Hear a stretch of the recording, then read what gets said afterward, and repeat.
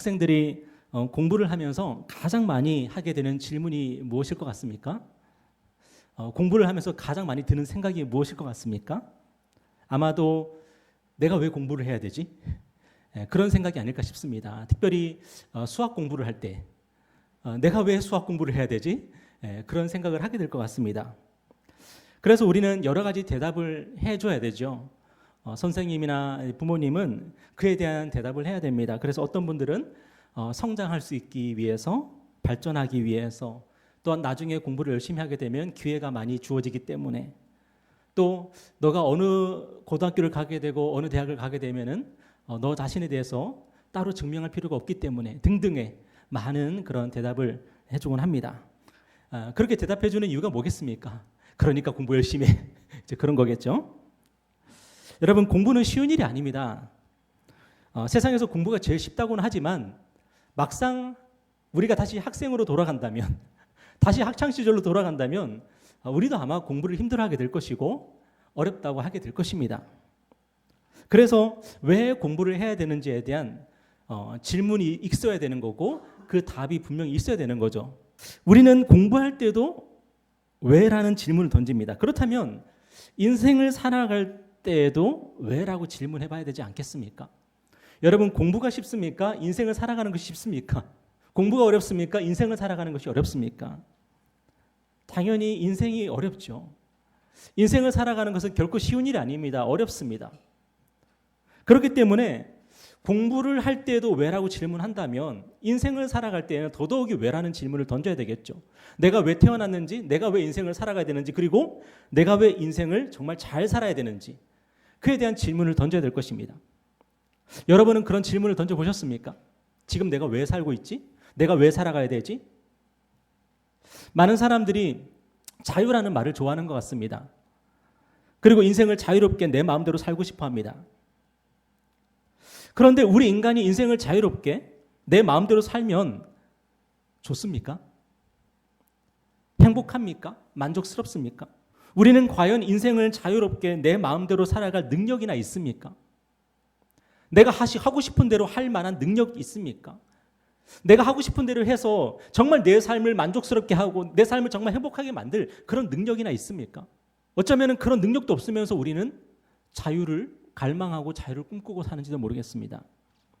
성경은 우리가 이 땅에 존재하고 우리가 이 땅을 살아가는 이유를 이렇게 정의합니다. 이게 창세기부터 요한계시록까지 성경의 전체 주제인데요. 우리가 왜 태어났고 왜 존재하고 왜 살아가냐? 우리 인간은 하나님의 형상대로 창조되었고 그 목적은 하나님을 아는 것과 그분을 섬기는 것이다. 이것이 바로 성경의 중요한 주제입니다. 다시 한번 말씀드릴게요. 여러분, 가급적이면 외우셨으면 좋겠습니다. 우리 인간은 하나님의 형상대로 창조되었고 그 목적은 하나님을 아는 것과 그분을 섬기는 것이다. 우리는 하나님의 형상으로 창조되었는데 왜 하나님의 형상으로 창조되었냐면은 우리가 하나님을 알기 위해서, 그분과 교제하기 위해서, 그리고 그분을 섬기기 위해서 우리가 하나님의 형상으로 창조되었다는 거예요. 여러분, 저와 여러분은 하나님의 형상으로 창조되었습니다. 그것이 성경의 선포입니다. 선언입니다. 우리는 다 하나님을 닮은 하나님의 자녀들인 거예요. 그래서 우리 안에 뭐가 있냐면 영광을 사모하고 거룩을 사모하고 정결함을 사모하고 아름다움을 사모하고 착하고 선함을 사모하는 그런 마음들이 우리 안에 다 있는 거예요. 며칠 전에 저희 아이들 방을 정리를 했습니다. 제가 한 건 아니고 제 아내가 했습니다. 저는 정리하는 걸 정말 못합니다. 어떻게 될지 잘 머릿속에 그림이 안 그려져서 정리를 잘 못하는데 제 아내는 정리를 참 잘하거든요. 그런데 유아 방을 정리하고 유겸이 방을 정리하고 나니까 아이들이 너무 좋아해요. 여러분, 왜 저와 여러분은 정리된 것을 좋아할까요? 우리가 할 줄 아는 것은 어지럽히는 것밖에 없습니다. 그런데 막상 정리가 딱 되어 있으면 내 방에 들어가는 게 너무 좋아요. 내 방에서 공부하고 싶고 내 방에서 놀고 싶어요. 여러분, 왜 그럴까요? 우리 안에 그런 아름다움을 사모하고 질서정연한 걸 사모하는 마음들이 우리 안에 다 있거든요. 사실 우리는 그것을 너무 좋아하는 거예요. 카오스를 좋아하는 사람 아무도 없습니다. 혼돈을 좋아하는 사람 아무도 없습니다. 코스모스를 좋아하고 조화를 좋아하고 하모니를 좋아합니다. 왜 그럴까요?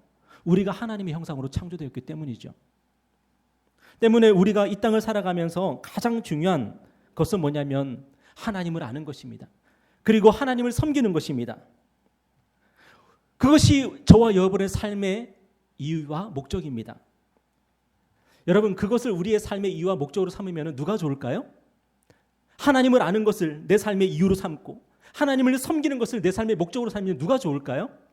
물론 하나님이 영광을 받으시고 하나님이 좋겠지만 저와 여러분이 행복해집니다. 저와 여러분의 인생에 참 만족을 얻습니다. 그래서 하나님께서 우리에게 이렇게 예배를 요구하시는 겁니다.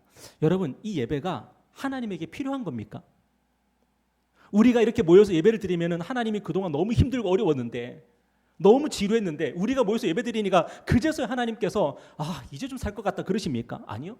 하나님은 충만하신 분입니다. 하나님은 완전하신 분입니다. 우리의 예배가 필요가 없습니다. 그런데 이 예배는 우리를 살게 하는 겁니다. 우리가 하나님을 알면 우리 안에 막혔던 것이 뻥 뚫어집니다.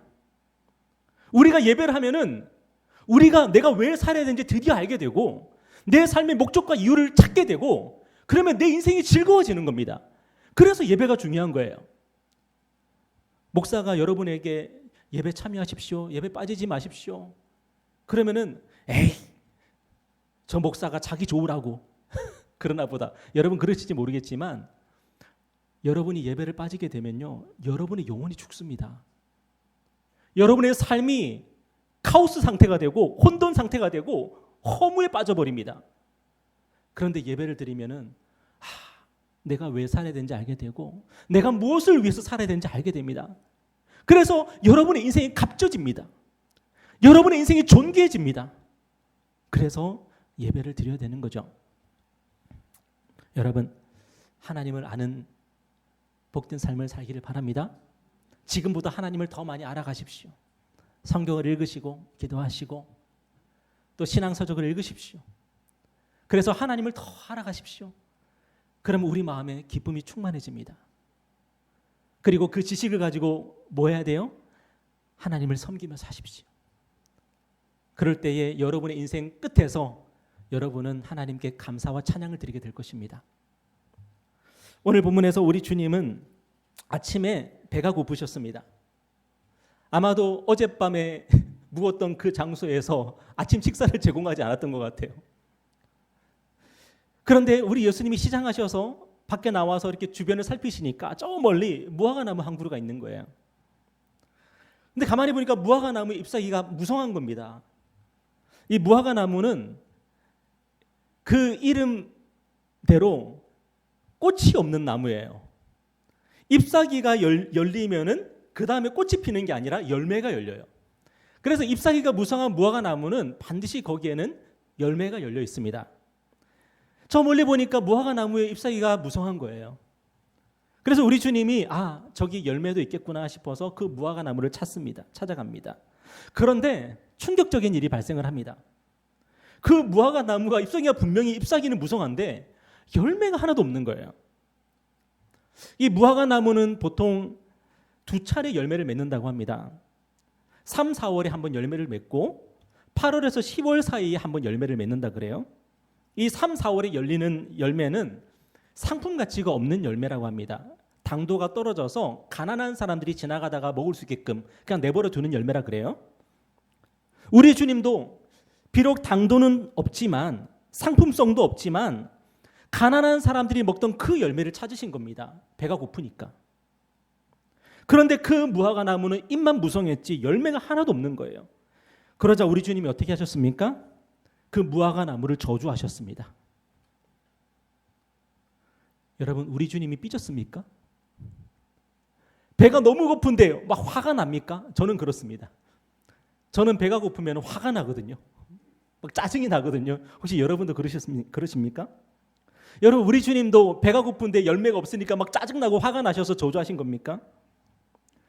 오늘 본문에서 우리 주님이 이 무화과나무를 저주하신 것은 뭐라고 부르냐면 행위계시라고 하는데, 행위계시. 보통 계시는 말로 하는 건데 아주 심각하고 중요한 계시를 주실 때는 사람들이 눈으로 볼 수 있게 행위를 통해서, 행동을 통해서 계시를 하십니다. 그렇다면 우리 주님이 무화과 나무를 저주하신 것은 정말 중요하고 특별한 계시라는 거예요. 여러분, 왜 우리 주님이 무화과 나무를 저주하셨습니까? 그것은 오늘 본문 바로 앞에 성전 이야기가 나오고 오늘 본문 바로 뒤에 성전 이야기가 나오는 것을 보면 잘 알 수가 있습니다. 오늘 본문의 이 무화과 나무는 무엇을 상징하는 거냐면 유대인들이 그토록 중요하게 생각했던 성전을 상징하는 겁니다. 그리고 그 성전을 그토록 중요하게 여겼던 유대인들을 상징하는 겁니다. 당시 유대인들은 이 성전을 하나님이 거하시는 장소라고 자부했습니다. 그리고 유대인들은 자신들이 하나님께서 선택하신 특별한 민족이라고 자랑스럽게 생각을 했습니다. 하나님께서 선택하신 장소인 이 성전, 그리고 하나님께서 선택하신 민족인 우리 유대인들, 얼마나 자랑하고 자부심이 높았는지 몰라요. 그래서 세상에서 로마 제국을 우습게 여기는 단 하나의 민족이 있었는데 그게 유대인들이었습니다.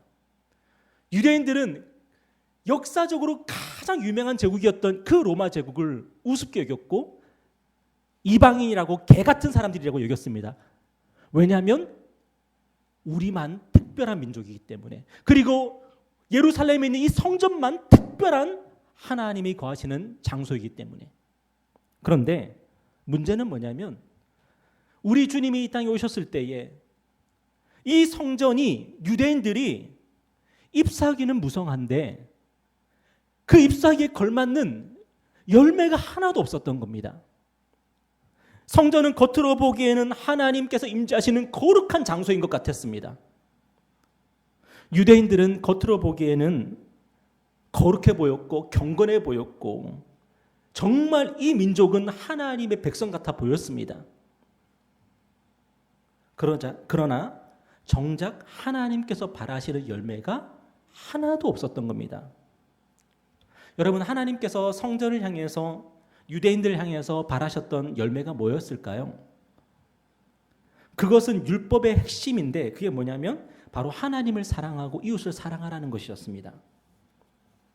하나님을 사랑하고 이웃을 사랑하는 것, 그것이 바로 하나님께서 바라셨던 열매인데, 그런데 우리 주님이 성전에 가보니까 그 열매가 하나도 없는 거예요. 유대인들을 보니까 그들이 정말 하나님을 사랑하지 않는 거예요. 이웃을 사랑하지 않는 거예요. 이 성전을 가지고 장사하고 있고 또 내가 하나님의 백성이라고 하면서 다른 사람들을 우습게 여기고 깔보고 교만하고 그런 거예요. 그래서 우리 주님이 오늘 이 행위 계시를 통해서 뭘 말씀하시는 거예요? 성전의 운명이, 유대인들의 운명이 어떻게 된다는 거죠? 하나님의 저주 아래 있다는 거예요. 하나님의 심판 아래 있다는 거예요. 여러분, 많은 사람들이 자유를 말합니다. 그런데 도덕과 법이 존재하는 한 저와 여러분의 자유는 도덕과 법을 지키는 자유밖에 사실 없습니다. 야구 선수에게 어떤 자유가 있죠? 그들이 경기 규칙을 지키면서 플레이를 할 자유밖에 없습니다. 그 규칙을 지키지 않으면 어떻게 되죠? 그들은 퇴장을 당합니다. 대통령이든 대통령 후보든 그들에게는 어떤 자유가 있죠? 우리나라의 헌법과 법률을 지킬 자유밖에 없습니다. 만약에 그것을 어기면 어떻게 되죠? 탄핵됩니다. 감옥 갑니다. 많은 사람들이 자유를 말하지만 그 자유에 대한 허무맹랑한 자유를 꿈꿉니다. 법을 지키지 않아도 되고 도덕을 지키지 않아도 되는 자유가 있는 것처럼. 그런데 주변을 돌아보십시오. 여러분에게 그런 자유가 있는지? 우리에게는 그럴 자유가 없습니다. 그런데 하나님은 성경을 통해서 분명히 말씀하셨습니다. 우리가 이 땅에 존재하는 이유는 하나님을 사랑하는 것이고 이웃을 사랑하는 것이라고. 옛날에 우리 선조들도 이 사실을 너무나도 잘 알고 있어가지고 인내천 그랬죠. 그리고 여러분이 쓰고 있는 휴대폰은 자판이 뭡니까? 천지인입니다. 복음이 들어오지 않았을 때도, 성경이 들어오지 않았을 때도, 예수 그리스도의 복음이 선포되지 않았을 때에도 우리 조상들은 너무나도 잘 알고 있었습니다. 이 세상은 하늘과 땅과 인간이라고. 하늘과 땅과 인간을 존중하고 사랑하는 것이 바로 우리 인간이 살아갈 도리라고. 너무 잘 알고 있었습니다. 왜냐하면 우리가 하나님의 형상으로 지음받았기 때문이죠. 그런 우리 인간에게 자유는 어떤 자유밖에 없을까요? 하늘과 땅과 인간을 존중하고 사랑할 자유밖에 없는 겁니다. 그렇게 살지 않는 자유는 뭡니까? 그거는 방종이고 감옥 가는 겁니다. 혹시 여러분 무엇인가를 위반하고 무엇인가를 어길 자유를 꿈꾸고 계십니까? 그럴 자유는 이 세상에 없습니다. 없는 것을 꿈꾸지 마십시오. 그러면 불행해지니까요. 그런데 저와 여러분의 문제는 무엇입니까? 우리에게 하늘과 땅과 인간을 존중하고 사랑할 힘이 없다는 거죠. 하나님을 사랑하고 이웃을 사랑할 힘이 없는 겁니다. 하나님을 사랑하는 것과 이웃을 사랑하는 것이 하나님의 법인 것은 잘 알겠는데 그 법을 지킬 힘이 우리에게 없는 겁니다. 왜냐하면 우리는 죄 아래 있고 죄에 굴복한 죄인들이기 때문이죠. 우리는 죄를 이길 힘이 없습니다. 죄를 이길 수가 없습니다. 죄의 반대말은 사랑이거든요. 근데 우리는 사랑할 수가 없습니다. 왜냐하면 죄의 힘에 우리는 늘 이끌리며 살아가거든요. 죄 아래 늘 굴복하며 살아가거든요. 혹시라도 아직까지 우리 인간이 죄인이라는 사실을 받아들일 수 없는 분들은 한번 사랑해 보십시오. 사랑하려고 발버둥 쳐 보십시오. 사랑하려고 여러분 최선을 다해 보십시오. 사랑할 수 있는지. 우리는 죄에게 굴복한 사람들이고 죄에게 패배한 사람들입니다. 우리는 자유를 말하지만 사실은 죄의 노예들인 거죠. 그래서 우리는 일평생 죄를 짓습니다. 그리고 일평생 죄를 짓고 그 인생을 가지고 하나님의 심판대 앞에 서게 될 수밖에 없는 거죠. 여러분, 저와 여러분의 인생이 무엇과 같습니까? 오늘 본문의 무화과 나무와 같은 거예요. 여러분의 인생이 그렇게 화려합니까? 멀리서 보니까 여러분의 인생은 아주 화려해 보입니다. 가진 것도 있으시고 나름대로 성과도 있으시고 나름대로 경력도 있으시고 나름대로 자격증도 있으시고 나름대로 일군 것도 있으시고 멀리서 보면은 괜찮아 보입니다. 그런데 우리 주님이 우리 인생 가까이에서 보시면 우리 코앞에서 우리를 바라보실 때에 저와 여러분은 열매가 있습니까? 하나님을 사랑하셨습니까? 이웃을 사랑하셨습니까? 평생 죄짓고 삽니다. 평생 나 자신만을 위해서 삽니다. 그런데 그런 저와 여러분에게 놀라운 소식이 하나 있는데 그게 뭐냐면 2000년 전에 하나님의 아들이 그리스도께서 이 땅에 오셨다는 것입니다. 그런데 그분이 하나님의 아들이 왜 이 땅에 오셨는가? 그분은 죄와 죽음에 매이지 않는 진정한 자유자였습니다. 그리스도께서는 이 땅에 오셔서 자기 안에 있는 충만한 자유를 가지고 그 풍성한 자유를 가지고 오직 하나님의 법을 지키시는 겁니다. 오직 하나님께만 순종하시는 겁니다. 그게 진짜 자유죠. 하나님께 순종할 수 있는 게 자유고 하나님의 법을 지킬 수 있는 게 자유거든요. 그런데 그리스도께서는 이 땅에 오셔서 하나님의 법에 순종하시고 하나님의 명령을 지키시는 겁니다. 그분은 죄의 유혹을 물리치셨고 죽음의 권세를 이기고 병든 자를 고치시고 죽은 자를 살리셨습니다. 죄로부터 완전한 자유, 죽음으로부터 완전한 자유, 그 자유를 갖고 계신 분이 바로 예수 그리스도십니다. 그런데 충격적이게도 예수 그리스도는 로마 총독 빌라도의 법정에서 죄인의 신분으로 섰습니다. 로마 총독 빌라도가 그를 신문할 때에 그분은 한 말씀, 한 단어로도 자기를 변호하지 않으셨습니다. 나는 죄가 없습니다. 나는 불법을 행한 적이 없습니다. 한 말씀도 그 말씀을 하지 않으셨습니다. 무엇입니까?